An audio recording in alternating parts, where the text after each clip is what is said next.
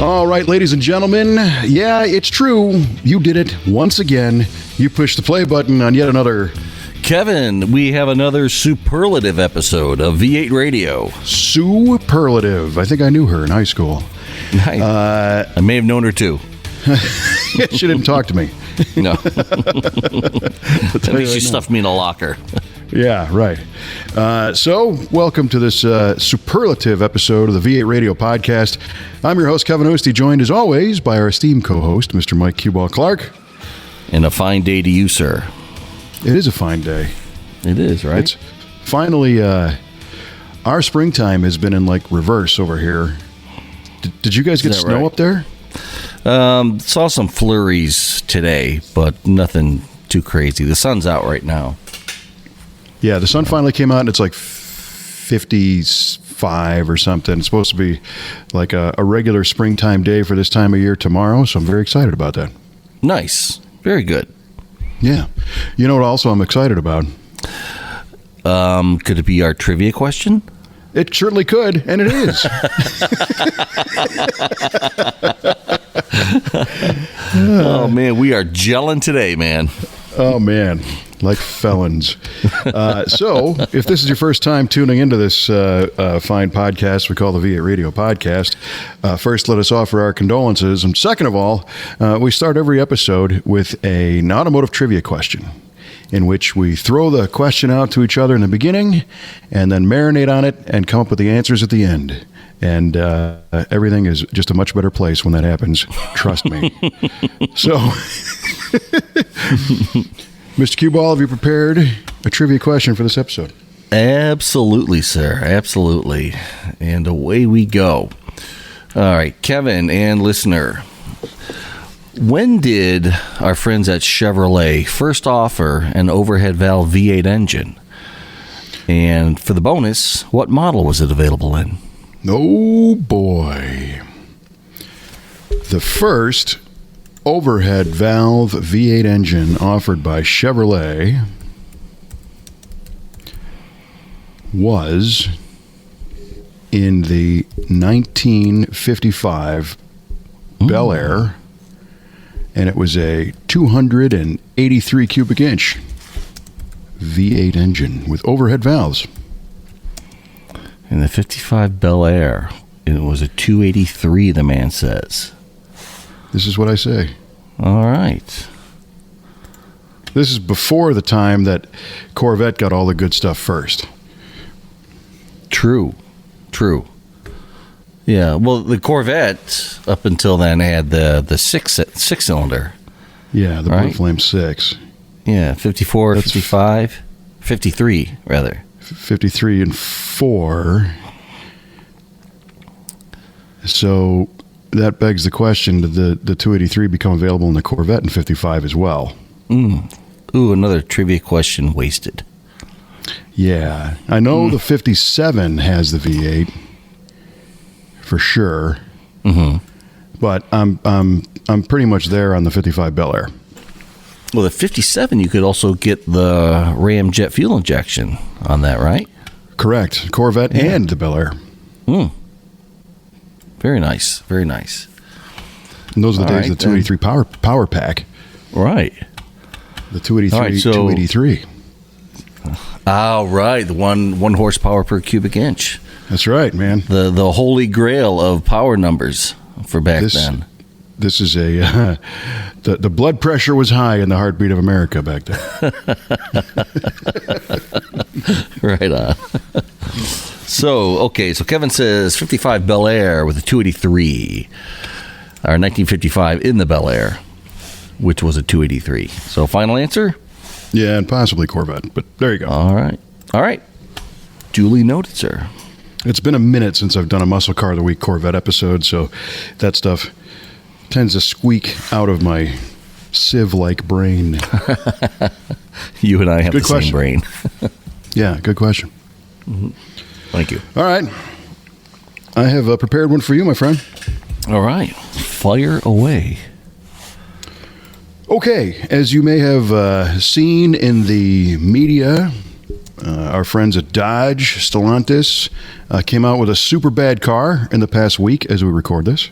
and it is the Challenger 170. And this is a car that. Did you see the reveal on this? I didn't see the reveal. I did read a little bit about it, though.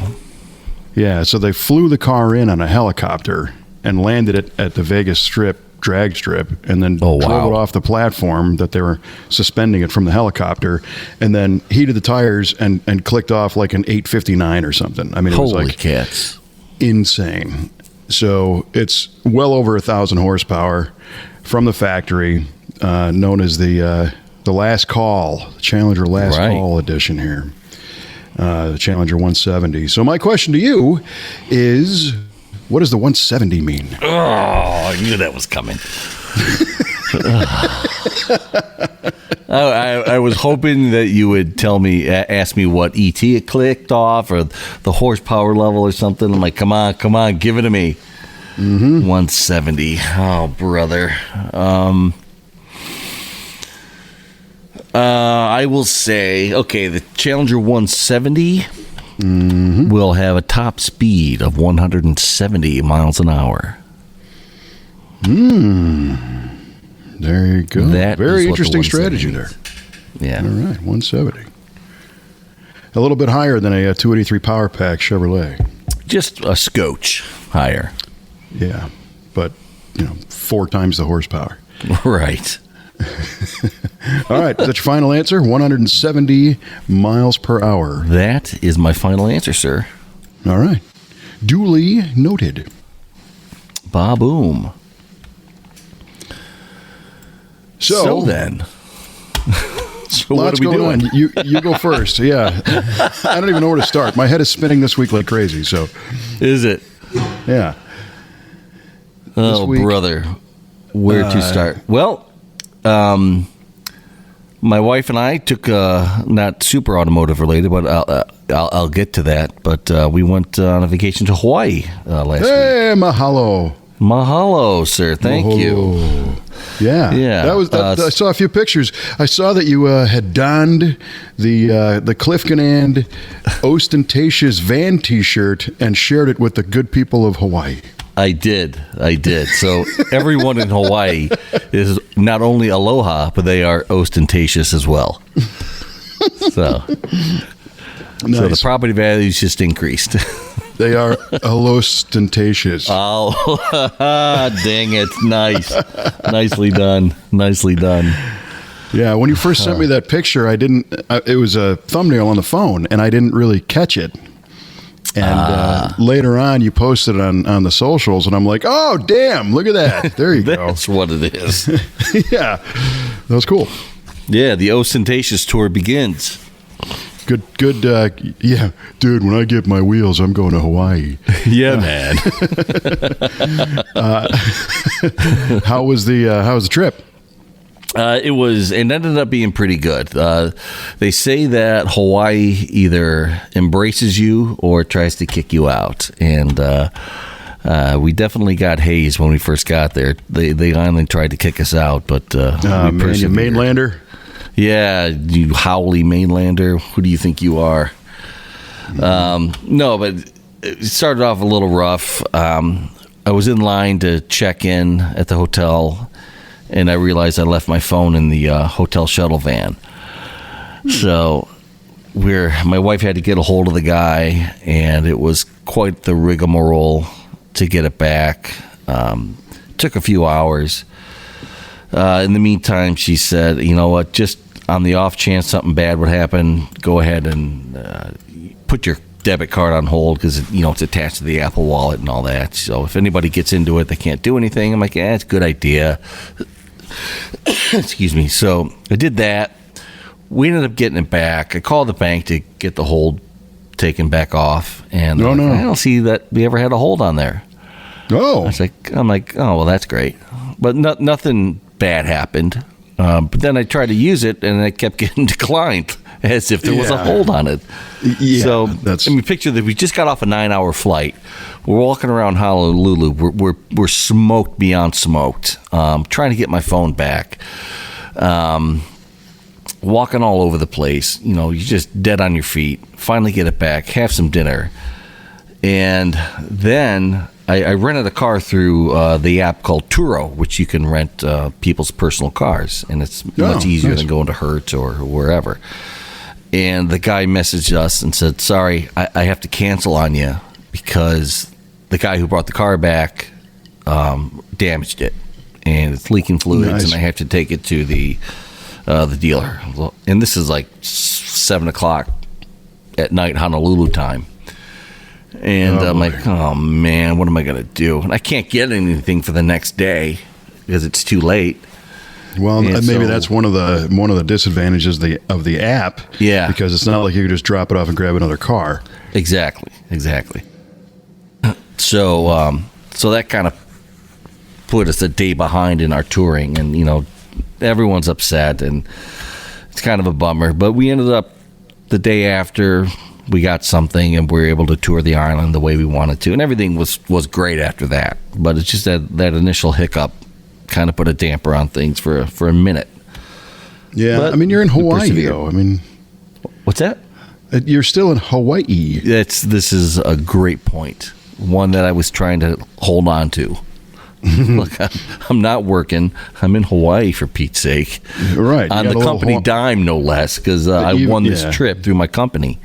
See? Awesome. Yeah. So that was definitely the silver lining in all this. You got a little Hawaiian punch when you got off the plane, but other than that, we're good to go. Right. But the automotive side of things, going on that day when we got there was the Honolulu Festival Parade. And, there were cars in there, and we saw the Honolulu Corvette Club with their lone C5 Corvette creeping down the street. So this is the Corvette Club, one guy. One guy representing. Well, yeah, but there were some other cool cars here. There was some convertible Mustangs, and I saw an Olds Cutlass. But there was some pretty cool stuff there. Yeah. They're out there. Hawaii has some cool cars, for sure. Yeah. Definitely. And my hats are off to those guys for hot rodding out there, because it ain't easy. You got to ship everything in, and, it's not like you can go down the street to the junkyard, and although you can't really do that here very much anymore either. Yeah. But persistence, man. That's I remember talking to a guy who had a Mustang that he wanted to send to us from Hawaii to have it restored and then ship it back. Yeah. And it was going to be a big project, just the logistics. And he was going to pick it up from our shop in Southern Illinois and then drive it back to California and then have it ferried over. But then he started to realize that was vastly eating into his restoration budget, was just getting there. So bummer. Kind of put a damper on that. But it's funny you mentioned the lone Corvette, the lone C5. I was speaking with Trevor, our technician of the shop, and he was recalling a story about going to the Corvette Fun Fest at Mid-America Corvettes. You ever heard of that? You ever been to that? Yeah, that's in Effingham, Illinois, isn't it? Yeah, huge show. Hundreds and hundreds of Corvettes. And Trevor was there a couple generations of Corvette ago. And he walked through it. He liked the show, but he's like, yeah, it's interesting, but there's only 6 cars here. What? Well, there's C1s, there's C2s, C3s, C4s, C5s, C6 at the time. So there was hundreds of them, but only 6 cars, Oh, wow. Gee whiz. Yeah. So that was interesting perspective. Nice. Yeah. Trevor. God love him. Uh-huh. Oh, man. Yeah, Mid-America Corvettes was a stop on the Power Tour one year when I went there. Mm-hmm. So it's a nice place, real nice place. Yeah, it is. Yeah. So that's cool. So you made it back to the chilly Midwest? Made it back to the States. Yeah, just in time for... You didn't leave the States. No, that's true. Well, the mainland, I should say. There you go. Got back to the mainland. And for some nice, chilly, snowy weather here in the Midwest. So that was great. Mm-hmm. So the next day, I was already trying to figure out how I can get back there. Where can I go now? I got to get out of here. Yeah, I believe it, man. Yeah, well, that's cool. Man. Well, I didn't go to Hawaii, that's for sure. Not this time, anyway. Kelly and I went there on our honeymoon. Right. To Maui, but that was... we need to go back, for sure. Definitely. For sure. So I did take a little excursion. I went to the Houston, Texas area for some leadership training. Right on. Yeah, it was really cool. And it's a thing where it's like it's leadership training, but it's really personal development, you know. Mm-hmm. And I'm typically not a big, rah-rah kind of guy when it comes to that stuff. But this was a 4-day immersive experiential thing that allowed me to discover things about myself that have been holding me back on a lot of things. Really? And oh yeah, and so Kelly has been through this, and when she got back, she was just like, everybody I know has to go to this. It's just a game changer for sure. Wow. And she nominated me to go, and I'm thinking, what the hell's wrong with me? I thought you liked me. Yeah, I'm like, there's a problem here that I'm not aware of. But I wouldn't say that I had problems, but I certainly had limitations, and I'll share 2 of them that were kind of revealed. I don't want to be too descriptive about this program because people I know might go through it, and I want them to have a wide open view with no preconceived notions. If you went through this and said, okay, now is the time when they're going to do this, you wouldn't get everything out of it. So it's out of respect for the program and for the people that I know that could go through this, I'm going to not provide specific details from a lot of it. And not that you can't, and it's not like they tell you to be tight-lipped about it. They don't care. But I do. I know that if I knew the end of the story, it would be different. Yeah, you don't want no spoiler alerts. You want people to enjoy it on their own and in their own way. Yes.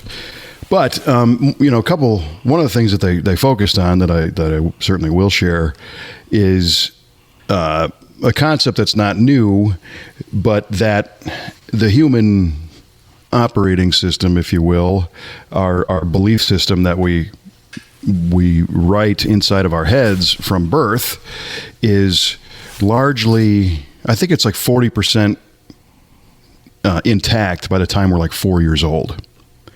Wow. And this isn't from this group. This is known. This is Human Behavior 101. And your belief system, and it's not like, political or religious beliefs. These are beliefs. These are the lessons like don't touch the hot stove, right? These are your survival guidelines, right? And of course, being a car guy, I refer to that as like your internal operating system and your lookup tables for your air fuel map, based on situations. So you have a self-learning system in here, but it kind of hard-coded everything the first time you experienced whatever. And then you go through life, and those things are still your reference years and years later. And they guide you. So today, I'm not going to touch a hot stove. I know that. But there were other things that happened that maybe made sense at the time that I'm not aware of today because they're buried way down in there. But they're dictating how I behave in normal situations. And maybe it's good, maybe it's not the best. So one of the exercises was to kind of get back in touch with 4-year-old little Kevin Ostie and kind of reframe that early childhood and maybe identify some things that are causing limitations today. So that sounds like a tall order, but they do it in a way that it worked. It worked for me. And one of the exercises was to envision a holiday or a special day back then. And I started to recall a Christmas Day, which a lot of people in the group did. And, we grew up in the Midwest and outside of Chicago and, middle class family. My mom, worked in healthcare. My dad was a police officer and, here was my sister and I. But Christmas morning for us at that age was snowing out, the fireplace, you got the tree, you got some gifts, and my mom and my sister and I are there. And then, by maybe 9 o'clock in the morning, my dad would stop home and we'd open presents and have breakfast and everything.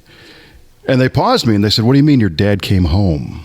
And I said, "Well, he was a police officer, so he worked, shift work every holiday.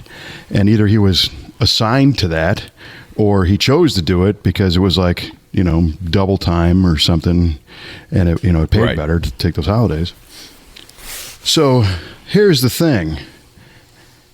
Up until now, or until last weekend, I worked every freaking holiday.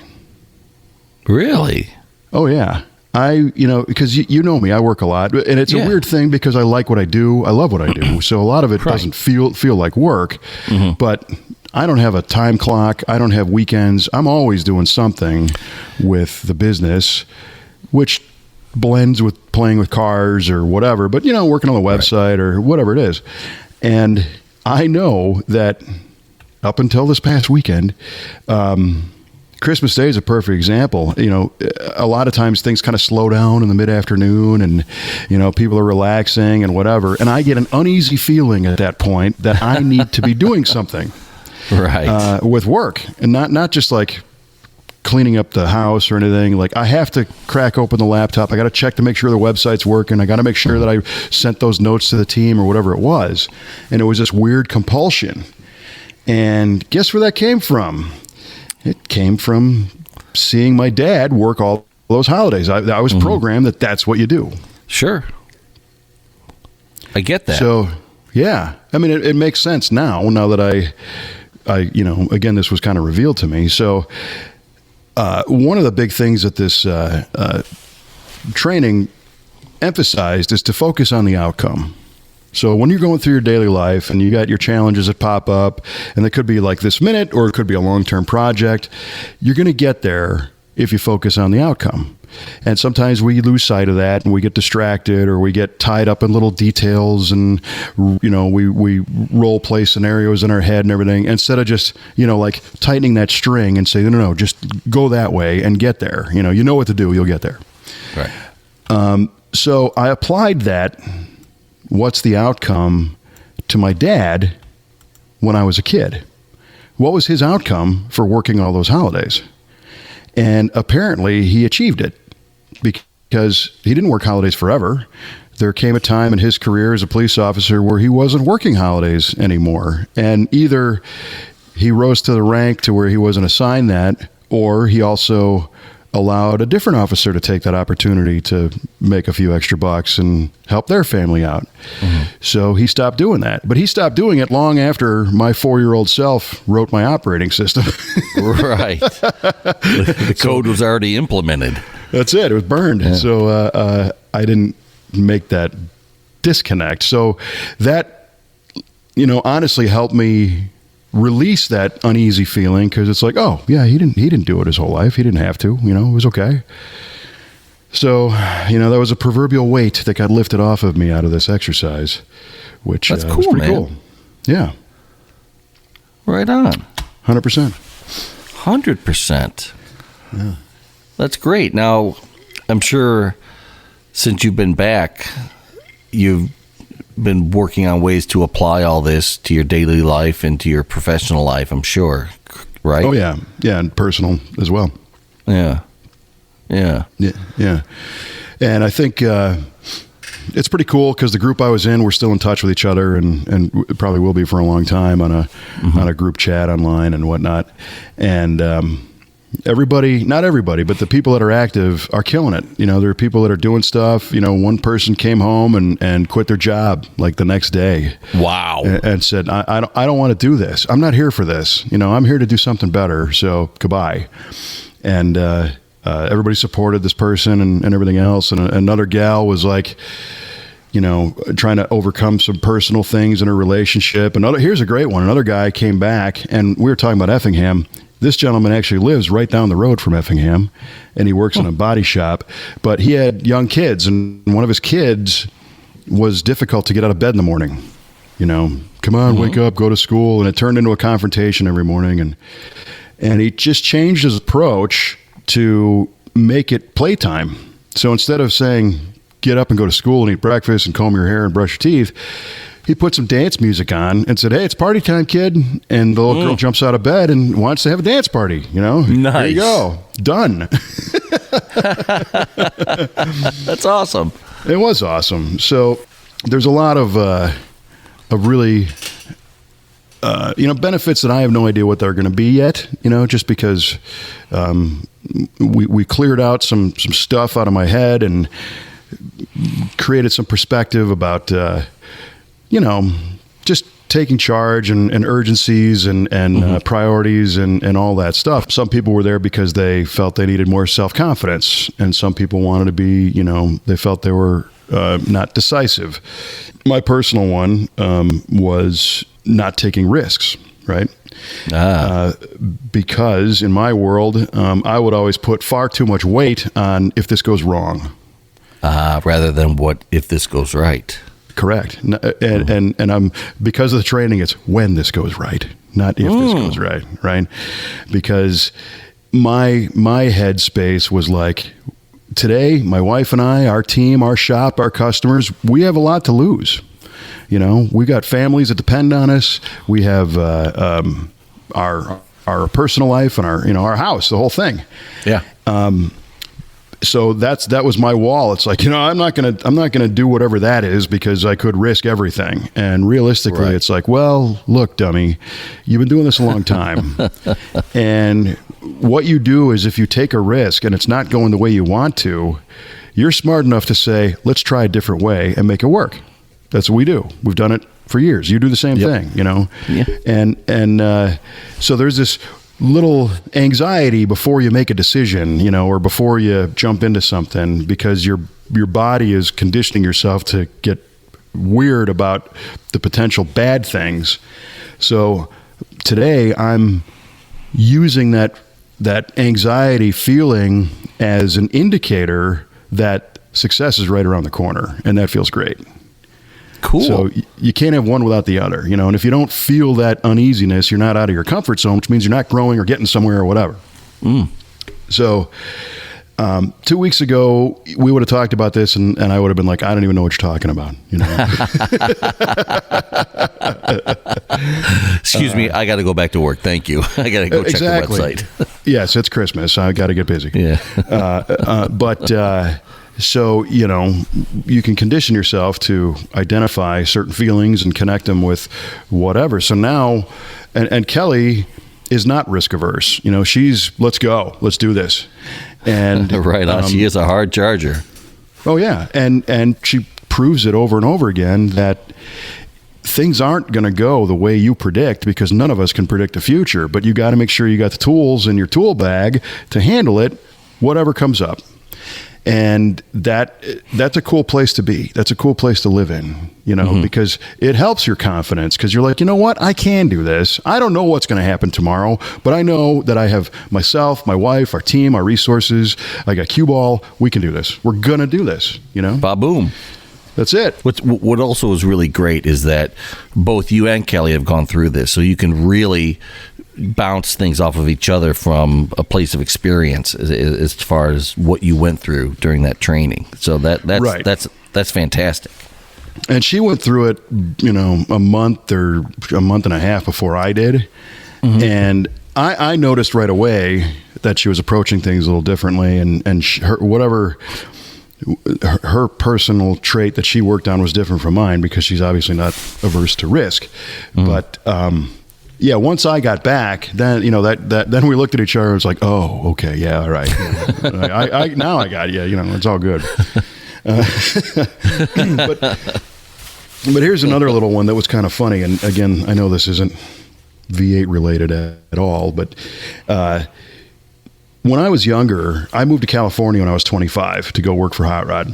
Right. And growing up in the Chicago area, I had a very tight circle of friends, guys that I hang out with today. My family was there. There was a lot of safety nets. There was a lot of comfort, So that, to me, that manifested itself in a lot of confidence. I wasn't worried about anything. because if I tripped and fell, there was somebody there to help pick me back up. Right. When I moved to California, I went by myself. There was none of that. It was do or die, and that was a great thing. But it put me not only in an environment to rely on myself, but it also put me in an environment that was different socially from what I was used to. And the guys I grew up with, when we get together, it's pretty crude, Nobody pulls any punches, and right. There's a lot of things, and it's not that, it's just our thing, and everybody has that. You're 100% real with each other. Exactly. Yeah. Well, when I moved to California, I didn't know what the calibration was for how real you could be with somebody, right? These are all new people in a different political environment, a different economic environment, different social environment, corporate setting.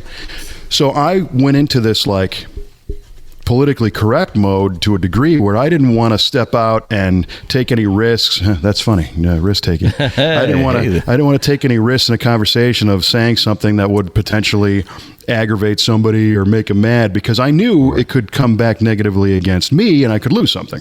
Right. Yeah, you can't walk up to some guy, hey, what's up, Jagoff? Yeah, like you could with your boys at home. Yeah, exactly.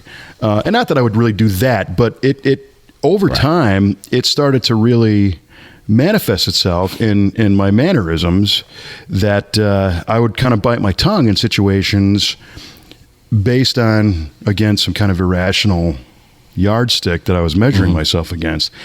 And in the shop, I saw it, and Kelly saw it a long time ago, but we have departmentalized our business. We got the mechanics, we got the body paint, we got fabrication, and we have team leaders that work with their people, and I routinely I'm trying to stay in my lane, which is the creative director side. So because of this change in my social perception, I guess, if I saw something that I wasn't quite sure of, or somebody doing something that, I had a question about, I oftentimes wouldn't just stop and ask them. I would maybe talk to their team leader, or I would, tell Kelly, it's like, hey, did you see this? And what do you think about that? And whatever. And she's like, just go ask him, but in my mind, it's like, well, I secretly don't want to offend this guy. I don't want to piss him off. I don't want to cause a problem, just, it's all fine. And again, recognizing that today, I'm like, no. If I have a question, you're going to get the question right now, and good. We're all going to be better for it, because I've learned one of the definitions of frustration. Right, we all get frustrated. The way to cure all frustration is take time out of it. So if you see something in your daily life and it bothers you and you don't do anything about it, and then a week goes by and it happens again and you don't do anything about it, your frustration level is climbing and climbing and climbing. But the first time, if you see something that you don't understand or you got a question about and you ask right now, get an answer, boom, move on. No frustration. That's true. Yeah. Very true. So I feel myself being a little more direct, and still not, I'm in no way less polite or respectful or anything like that. It's just not going to allow myself to pile up these things and take an indirect approach to finding an answer. It's let's figure this out right now. So you'll be amazed at how well received that can be from people. Because I mean, me personally, if I'm doing something that somebody doesn't like, or I'm doing something incorrectly, and I'm have to report to somebody about it, and they're not telling me I'm doing something wrong, and then I find out later it's wrong, I'm kind of upset about it. Like, why didn't you tell me 2 months ago, and let me waste all this time doing everything wrong because you didn't say anything to me?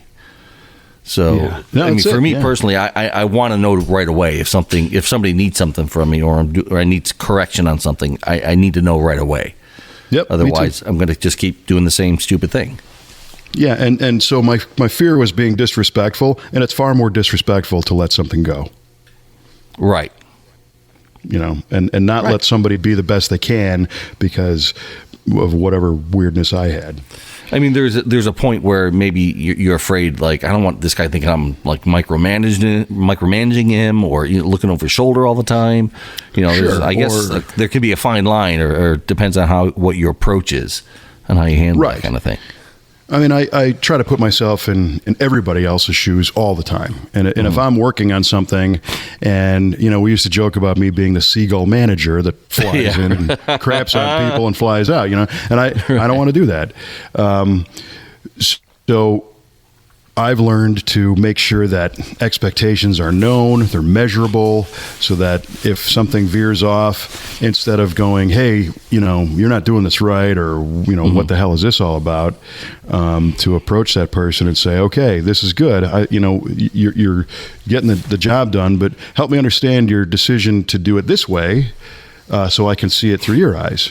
And when you do that, you learn that, if the thing was supposed to be, painted green and now it's blue, instead of just getting all pissed off saying, why isn't it blue? You screwed everything up. It's, well, yeah, you wanted this done today and we didn't have any blue paint. And in this case, this is what we had and I got it done. Right. All right. Thank you. Appreciate that. You did a great job. It's a slightly different outcome. Not a problem, Nice. So, yeah, it's pretty cool. I like this new Kevin Ostie. Well, thank you. Not that I didn't like the old Kevin Ostie. Yeah, that guy. I'm hesitant to say, like, it's a whole new me. It's January 1st, and all that kind of stuff. So I'm still kind of conservative in my analysis of all these things, but they're there and they're real, and I'm working on them, and I think everybody's going to benefit, including myself. So that's cool. Good deal. Right on. So the great thing on top of that was a whole bunch of killer things happened this week as soon as I got back. Are you familiar with red pickup truck syndrome, they call it?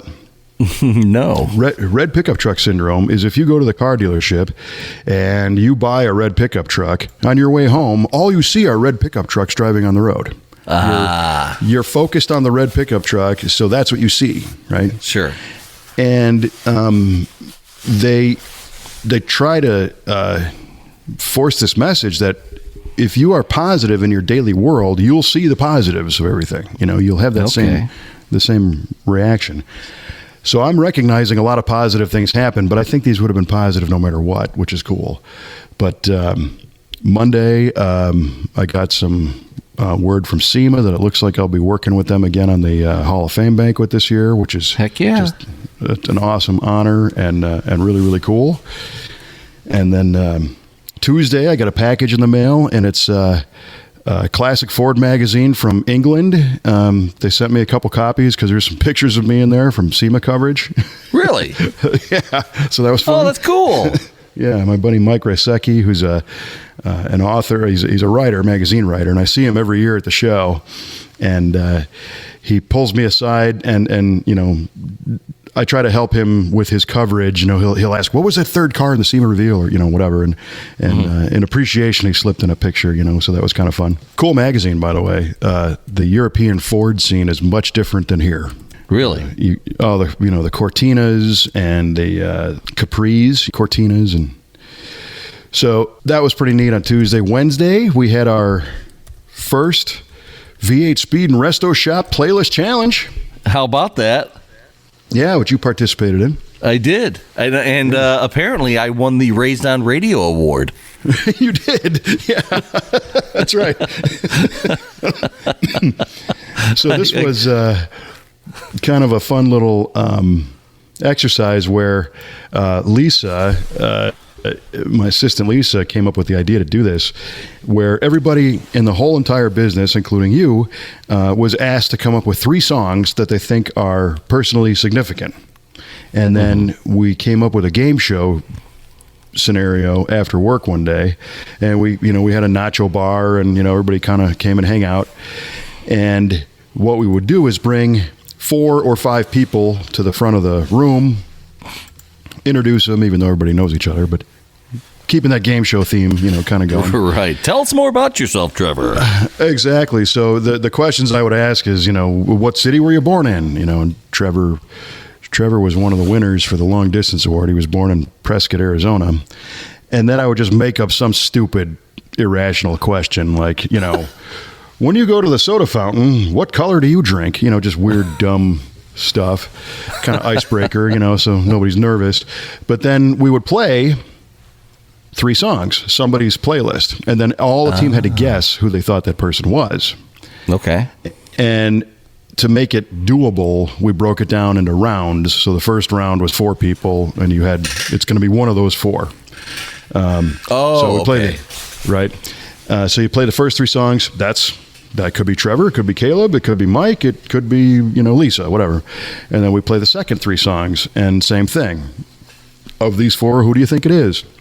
So once everybody made their guesses, we tallied the scores and found out who won as far as got the most correct answers. And then we brought everybody back up one at a time and asked them to share with us why those songs are significant to them. Oh, cool. It was fun. It was a lot of fun.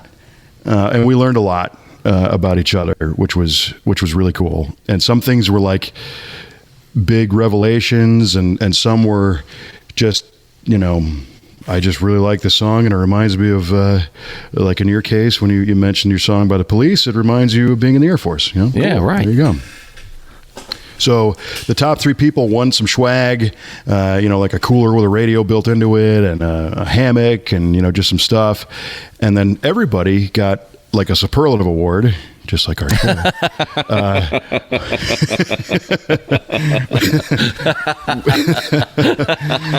And well played. Well played. The show gets the biggest turkey, but everybody got some kind of certificate that kind of played off their playlist. And it was like, most unexpected, or most random, or most not safe for work. Oh, right. Nice. Yeah.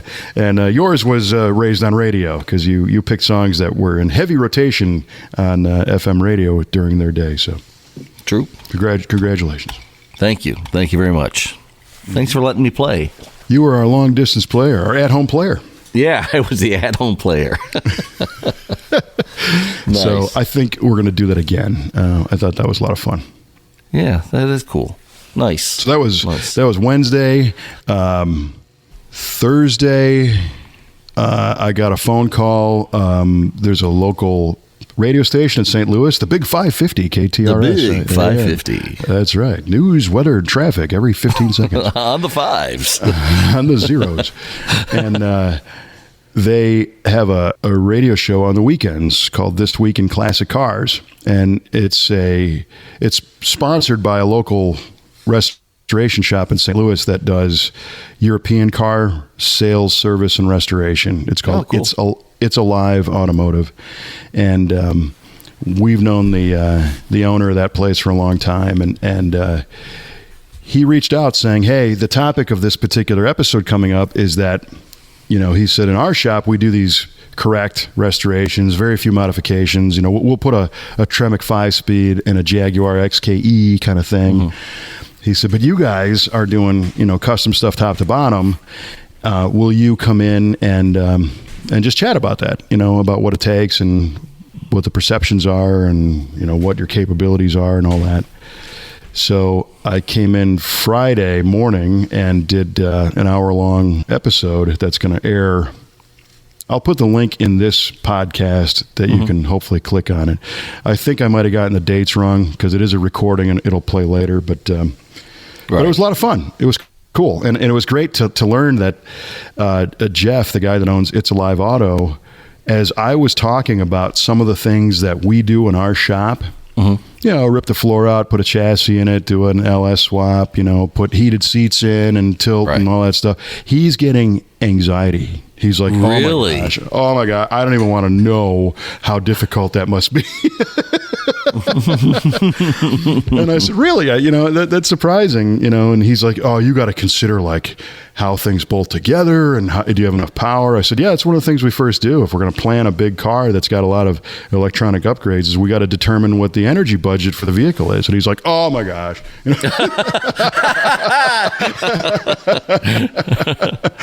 So it was. Can we go to break? We really need to go to break. I mean, pretty close.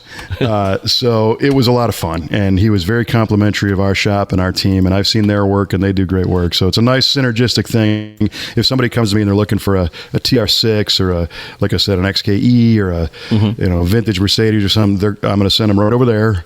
And then, if somebody comes to him looking for a GTO, they come to me, So it's a nice perfect thing. Very cool. Yeah. One hand washes the other. I love it. Well, this industry, people ask us, who's your competitor? Who are you competing with? And it's like, I'm not. Right. All of these shops need to do well so that our industry grows, and these cars are around for more people to enjoy forever. So, yes, exactly. That's a great way to look at it. So that was really cool. And then yesterday, the rest of the day, we got visited by two other shop owners. A friend of ours who's got a bunch of big truck repair shops and a restoration shop in New York, and then another guy who's got a couple repair shops and a restoration shop in Chico, California. Oh, wow. And they came to visit us. The one guy we've known for a long time, the other one we just met. I did anyway. Kelly's known him. But Kelly has done work with professional development groups in the automotive sphere, and these are all products of that training.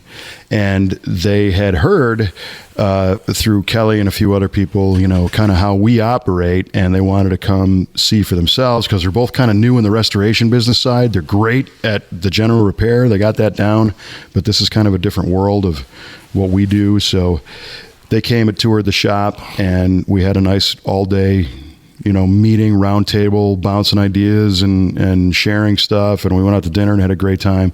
And those guys were so complimentary of our team and the work and the facility. And they couldn't believe how clean the body shop is, and nice. that everybody's motivated and doing it. And they've got problems in their businesses that we don't. Which they're working on, and they'll get there. But it just made me super thankful for having a great team and great customers, and we're we're in a really good spot. So that was a nice perspective from them. Well, good, man. I mean, all those things, don't happen by accident. That's for sure. So I know you guys work hard to create a culture of teamwork and inclusiveness, and you work hard at attracting the right customers and making sure that things go well and knowing how to fix things when they don't. So again, doesn't happen by not by dumb luck.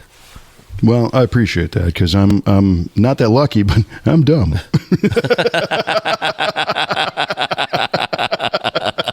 Same, brother, same. Thank God I have Kelly and the rest of the staff that knows what they're doing.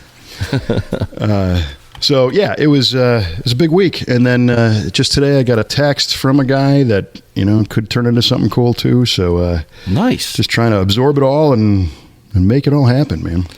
Well, I think the coup de grace of what happened last week was we had our picture in the Muscle Car and Corvette Nationals Facebook group. For sure. We doing the podcast at the Mecum auction table that that we absconded with. Yeah, that was great. Hey, so guys, are you almost done? We need the table. That's right. Yeah, we were like the cover image for the McCacken Facebook page for a while there. That's right, man. Which was pretty cool. It was great of them to do that. Yeah, it was. That was nice. Yeah. See? Red pickup trucks everywhere, man. Red pickup trucks everywhere. I never knew it was called that, but I totally fall into that. When I got my Chevy Cruze, it's all I saw on the road when I first started driving that. I'm like, you got to be kidding me. There's a million of these things around here. And now, because you're not focused on it, you probably don't even see them. Yeah, not that often. Certainly not. Yeah. And I think this is where people get everything comes in threes. If a celebrity passes away, who are the next two? And I think it's just because as humans, what we focus on is what you're going to notice. And if you're working on something, what you focus on is what's going to get done. It's that simple. And again, another little nugget from this training was instead of wasting your time worrying about the negative outcome, which was me, we're going to lose the world. Just forget that. Put all that energy in focusing on the outcome you want, and you'll get there. So, boom. Yeah. Very Shakalaka. Boom. I took the Riv for a drive today. That was cool. Oh, very nice. Little flat spotting on the tires, but they round it out nicely. So, and then yeah, exactly. You got to round that out. I'm not quite at the point where I can take the GTO for a cruise yet this year. I still have to replace the starter and that transmission pan and pan gasket. So it's been a cold winter. What can I tell you? It has, yeah, and especially where you are. And as we speak, Kelly actually took the Galaxy to Redbud, Illinois, where our shop is, and she's attending a Chamber of Commerce meeting tonight. And she's like, "Hey, I'm going to take that. Right on." And we're just fortunate enough to be able to jump in the car and turn the key and go. They all run and work, and it's kind of remarkable. They have their battery tender on them for that's it for the cold winter months. So you've been doing a lot of work on that Galaxy to kind of get it up to snuff again. Well, I actually haven't driven the thing since October. Wow. And I haven't touched it at all, but it's been on the tender, so it lit right off, and it was happy to go. So there you go. Very nice. Very nice. Another kind of thing that I am in no way saying this is going to happen, so I will be non-specific. But a friend of mine in the automotive magazine industry, I'll say, which I have many, so you can't figure out who it is from that. No. But they expressed a little bit of interest in maybe doing a little bit of a feature on the van. Yes! Yes! Yes! That has to happen. You need to tell me who that is. I'm going to call that person and really put the screws to him to make it happen. Well, now I'm definitely not going to tell you who it is. I have to know. I think they still like me at this point. Right. Who's this cue ball idiot that keeps calling us? Yeah. Why did you tell him my phone number? Yeah. That's it. We're done. Oh, man. Oh, my gosh. I would love that. Yeah, it would be pretty neat. It would be super neat. What's the latest on the van? It's real close to being road trip ready, I think. Although I've only driven this thing 250 miles since I've owned it. So that might be a little bit presumptuous, but you can tell, this thing didn't come up. It's never been a part. It just needed some maintenance. Sure. So it still has a little bit of a carburetor stumble. And it's not like right off the line. It's like part throttle during acceleration. It trips over itself a touch. So I'm thinking that's just timing.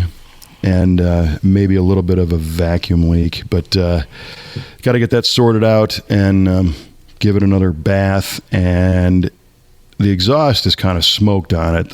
It's the original muffler and tailpipe on this thing. Oh boy! And the muffler's kind of swollen, and it's puffing little leaks here and there. And the tailpipe is 200 feet long, and it's kind of dangling. So I was looking at this the other day, and when we do custom exhaust in the shop, we don't have a bender. We're cutting mandrel bent sections and piecing them into the shape that we want and TIG welding them all together. And I thought, while that sounds cool, that's a little bit overkill for what this thing needs, especially because where our lift is that we do the exhaust systems on doesn't have a really super high ceiling. So you can put a car all the way up, but you can't put the van all the way up and be able to stand under it for a long period of time, to do an exhaust system.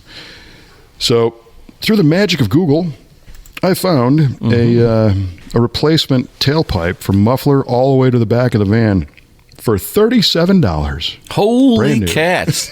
That is right up your alley. Oh, I know. I better buy two of them. Well, they had three in stock. Yeah, exactly. So I'm like, $37. I mean, I can't even buy the welding wire for that. No kidding. So that'll be here, and I am going to replace the muffler too, just with the exact stock replacement. It'll fit and be done. And I think that's about it, man. Be ready to hit the road. Solid. My annual springtime trip from here to Chicago is going to be in that vehicle. So good. I still haven't installed the backup camera.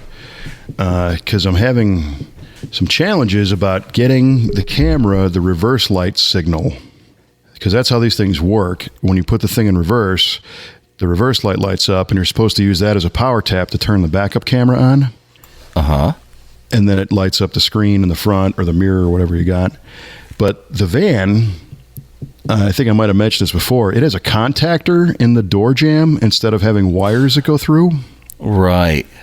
So I can't really tap into that easily. I'm because the taillights are they're not in the door where the camera's going to be, right? So the door has the camera, the taillights are in the quarters, and the quarters, the access from inside the van is completely glued closed because of the upholstery and the heating ducts. Oh boy. So when they built this thing, they took like tile mastic or something. Oh man. And glued this fiberglass thing to the side of the corner of the van for the AC and the heat, and there's like no fasteners, and I don't want to tear that down just for this. So oh gee whiz. To find the reverse light. So I either got to go under the van and find the harness and tap in there, or I was thinking too, I could do it at the front side off the reverse light switch right off the transmission, and and send a wire back that way. So I'm kind of getting creative on that, but that's kind of the last big project. All right, cool. Maybe some better audio. Yeah, for sure. Yeah, nice subwoofer in there, and just some Pioneer 6x9s. Well, yeah, it's funny. It's got these. I think they are Pioneer, to be honest with you, but they're not. They're like no name 6-inch round speakers with whizzer cones on them. Remember whizzer cones? No, I can't say that I have. All right, so if you envision a speaker, it's in this case it's circular, and then you got the woofer basket, if you will, the cone. Yeah. And then in the middle of the cone, there's a rounded dust cap, in the middle. Sure. On the dust cap, a whizzer cone is a piece of like cardboard or lightweight paper that is like a micro version of the woofer cone, but stuck to that dust cap. Oh. And its movement helps disperse sound waves farther off axis. So if you have an installation, it's the perfect example in the van because the speakers are kind of low in the door. Mm-hmm. So normally they'd be firing straight into your leg and you wouldn't get any stereo separation, or the highs would get clipped off. But by having the whizzer cone, it kind of disperses the higher frequencies in a radial pattern instead of a straight line. And it really doesn't sound that bad, man. I can't believe it. It's the original junk. It's still in there, and it's got this no-name, made in Japan AM/FM 8-track in the dash that you turn the knob and it doesn't crackle, and it's clear. Wow. And so I just got a little Bluetooth, thing that broadcasts to the radio, and that's done. There's no presets on it. You just turn the knob. That's killer. It's authentic. Space age digital readout on that that radio. Well, the digital readout is on the clock. On the clock. That's right. The radio's got a needle, man. It doesn't have anything. So, a few more details, and we'll be ready to rock and roll. That's my update. I know this. Apology to the listeners. We took kind of a bunch of left turns there, but hope you got a little something out of it. I promise there'll be more car junk next time. For sure. All the car junk. That's right.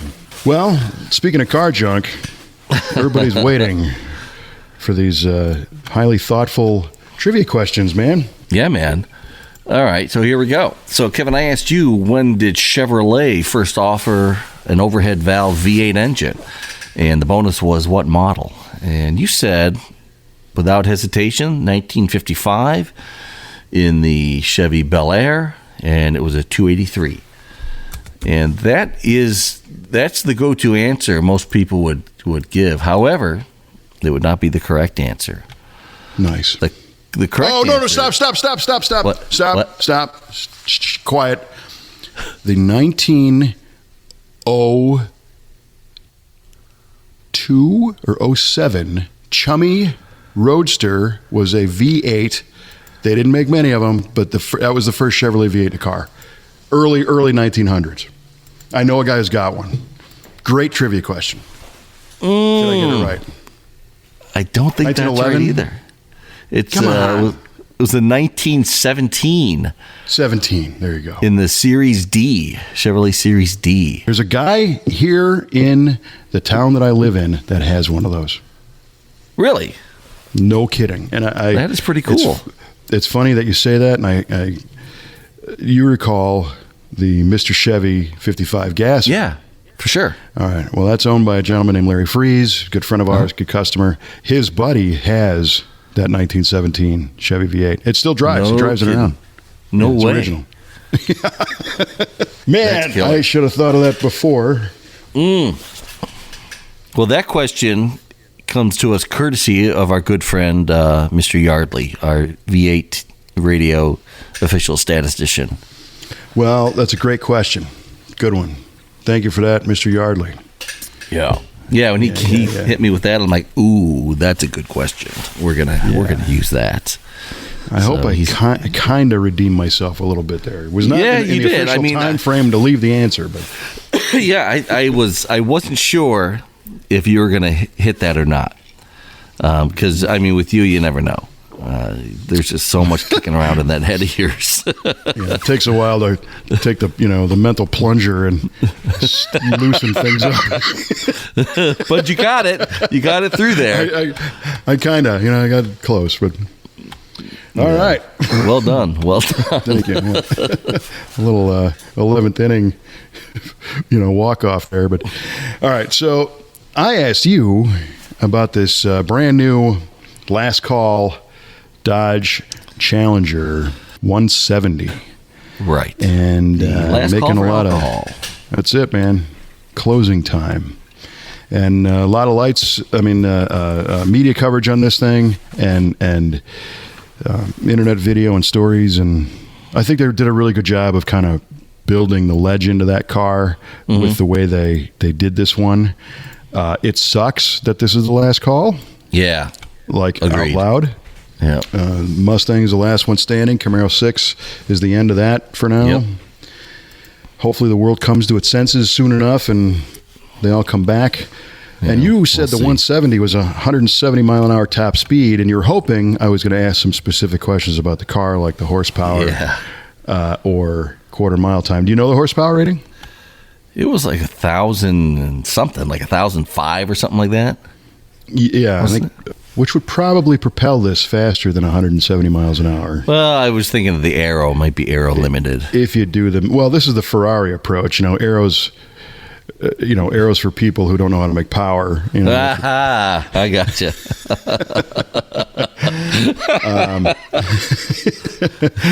The correct answer is the 170 refers to the engine because it is basically a Hellcrate crate engine installed, and that is the equivalent of like the GM RPO number LS1, LS3. Oh. The Dodge 170 crate engine is the Hellcrate, and that's what's under the hood.